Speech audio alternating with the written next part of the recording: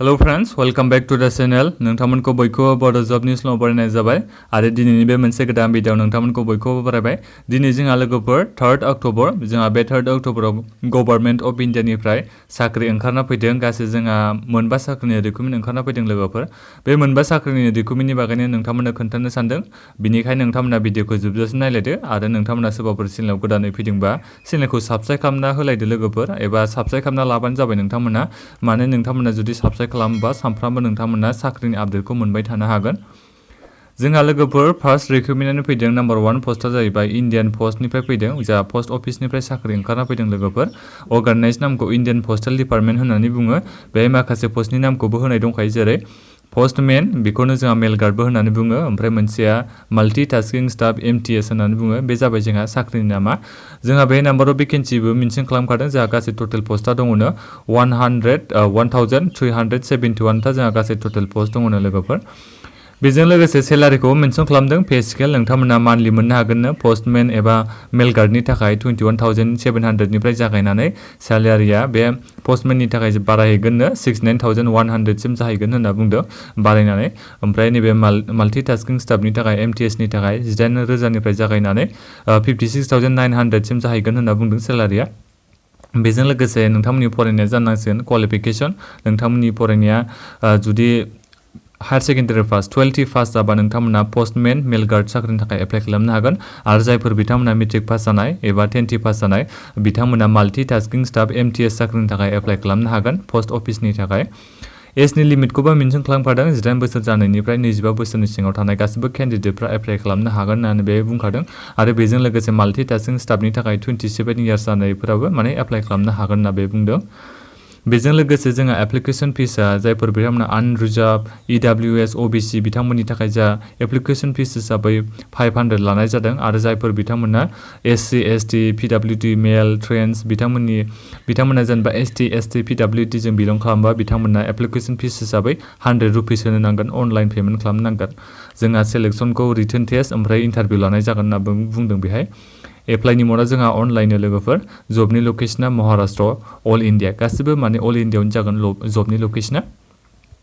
बेजों लोगोसे official वेबसाइटखौबो mention खालामदों। नोंथांमोना अफिसियेल वेबसाइटआव थांनानै आरोबाव खेनसे गासिबो डिटेल्सखौ नायबिजिरनो हाबावगोन।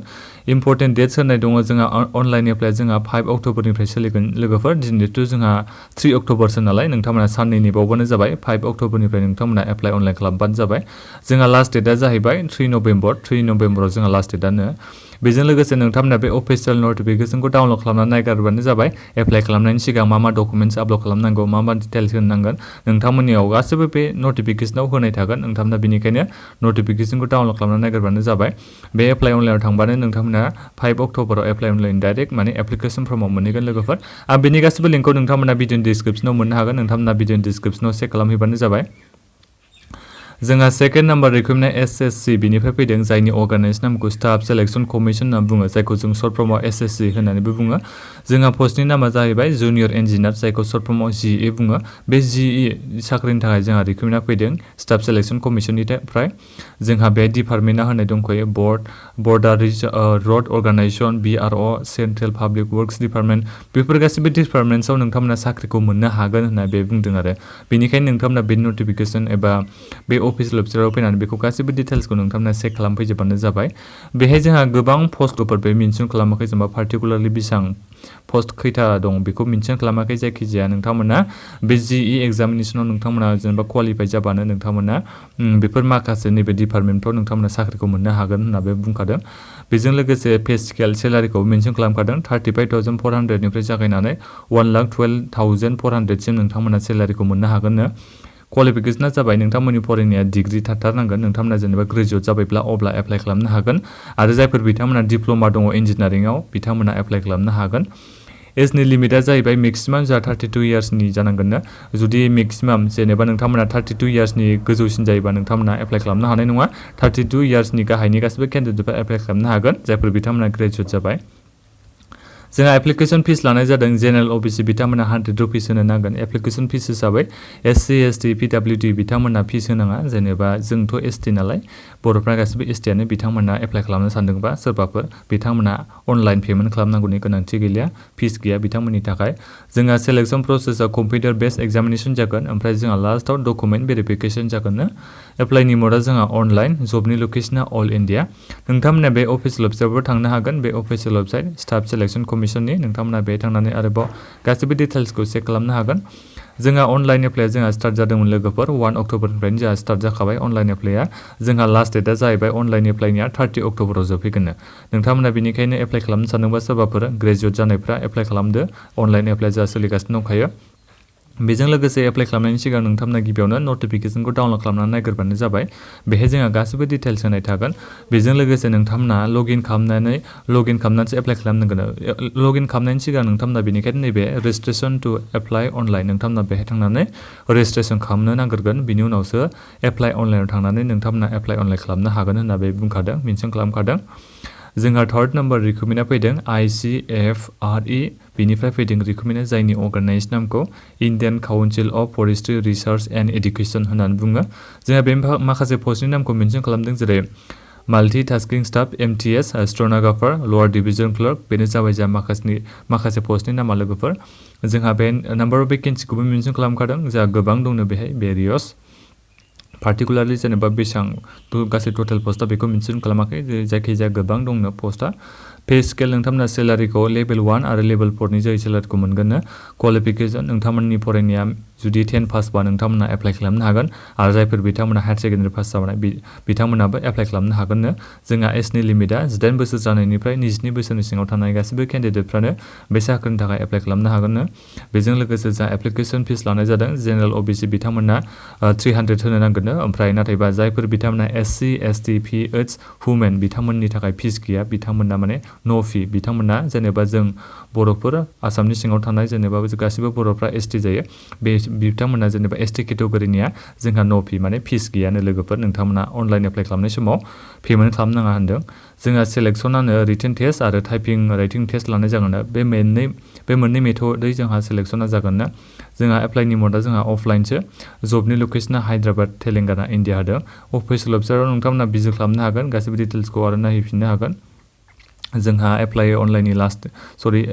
अफलाइना जोंहा लास्ट डेटआ जाहैबाय 24 नभेम्बर 2020 आव जोबहैगोन सोरबाफोर एप्लाइ खालामनो सानदोंबा नोंथांमोना नैबे अफिसियेल नटिफिकेशन आरो एप्लिकेशन फर्मखौ डाउनलड खालामनानै नोंथांमोना अफलाइनै एप्लाइ खालामबानो जाबाय जोंहा 4 नाम्बार रिक्रुटमेन्टआ BEL रिक्रुटमेन्ट बिनिफ्राय फैदों जायनि अर्गानाइज नामखौ भारत इलेक्ट्रनिक्स लिमिटेड होनना बुङो जोंहा पस्टनि नामा हाविलदार सिकिउरिटि गार्डनि थाखाय जोंहा रिक्रुटमेन्टआ फैदों भारत इलेक्ट्रनिक्स लिमिटेडनिफ्राय जोंहा सेलारिखौ मेनसन खालामखादों 20,500 निफ्राय नोंथांमोना 79,000 सिम मान्थलि सेलारिखौ मोननो हागोन बेजों लोगोसे नोंथांमोननि फरायनाया जानांसिगोन बेखौ एप्लाइ खालामनो थाखाय मेट्रिक पास माने 10th पास नोंथांमोना जुदि मेट्रिक पास जाबायबा अब्ला नोंथांमोना बे साख्रिनि थाखाय एप्लाइ खालामनो हागोन एजनि लिमिटआ 28 इयार्सनो मेक्सिमाम नोंथांमोननि बैसोआ 28 इयार्सनि देरसिन जानो मोननाय नङा एप्लाइ खालामनो थाखाय बेजों लोगोसे जा एप्लिकेशन फिस लानाय जादों जेनेरेल ओबिसि बिथांमोना 300 होनो नांगोन एप्लिकेशन फिस हिसाबै SC ST PWD बिथांमोना फिस होनांगौनि गोनांथि गैलिया जोंहा बे सेलेक्शना फिजिकेल एन्डुरेन्स टेस्ट आरो रिटेन टेस्ट लानाय जागोन एप्लाइनि मोडआ जाहैबाय अफलाइनसो नोंथांमोना बेखौ अफलाइन एप्लाइ खालामबानो जाबाय अल इन्डिया जोंहा जबनि लकेशना गासिबो केन्डिडेटफ्रानो गासिबो जायगायावनो जोंहा बेनि रिक्रुटमेन्ट जादों बेजों लोगोसे अफिसियेल वेबसाइट होनाय दं नोंथांमोना बे भिजिट खालामनानै गासिबो डिटेल्सखौ आरोबाव खेनसे नायबानो जाबाय जोंहा बेहाय लास्ट डेट दङ एप्लाइ अनलाइननि लास्ट डेटआ अफलाइना जोंहा लास्ट डेटआ जाहैबाय 24 अक्ट'बराव जोबहैगोन जोंहा एप्लाइआ सोलिगासिनो दंखायो एप्लाइ खालामनो सानदोंबा नोंथांमोना नैबे अफिसियेल नटिफिकेशन आरो एप्लिकेशन फर्मखौ डाउनलड खालामनानै नायबानो जाबाय ओमफ्राय नोंथांमोना बे एप्लिकेशन फर्मखौ डाउनलड खालामनानै फिलआप खालामबानो जाबाय बिनि उनाव नोंथांमोना बहा साबमिट खालामनो थिनदों बेहाय खालामहैबानो जाबाय अफिसियेल नटिफिकेशनाव नायनानै जोंहा 5 नाम्बार रिक्रुटमेन्टआ DHS बिनिफ्राय फैदों रिक्रुटमेन्ट जायनि अर्गानाइज नामखौ डाइरेक्टरेट अफ हेल्थ सार्भिस होनना बुङो बे माखासे पस्टनि नाम होदों जेरै ANM computer refrigerator mechanic junior assistant field worker social worker field and evaluation worker stenotypist laboratory technician बेफोर जाबाय जोंहा माखासे पस्टनि नाम लोगोफोर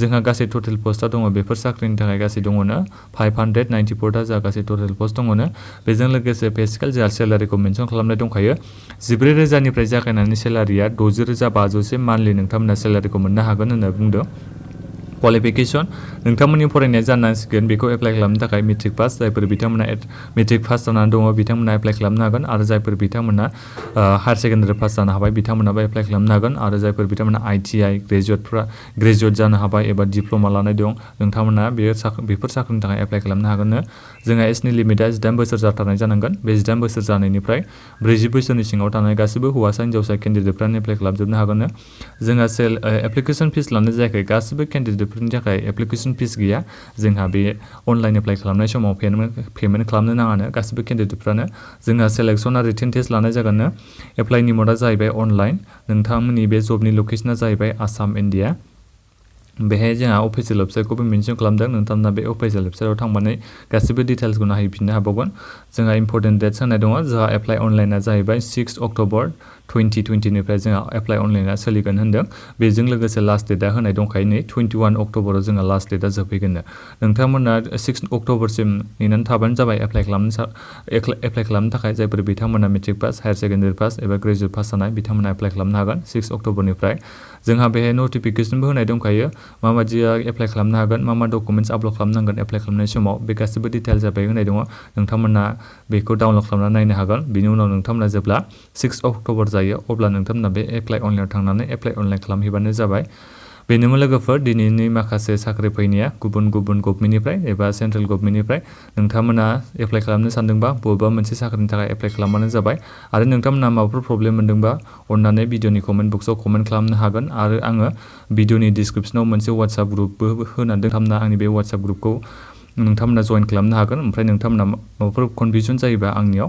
कमेन्ट एबा नोंथांमोना WhatsApp ग्रुपआव कुइसन सोंहरनो हागोन आं नोंथांमोना रिप्लाइ होनो नाजागोन बेनोमोन लोगोफोर दिनैनि थाखाय नोंथांमोना सोरबाफोर एप्लाइ खालामनो सानदोंबा एप्लाइ खालामदो भिडिअखौ शेयार खालामनो नागिरदो लोगोफोर गोजोन्थों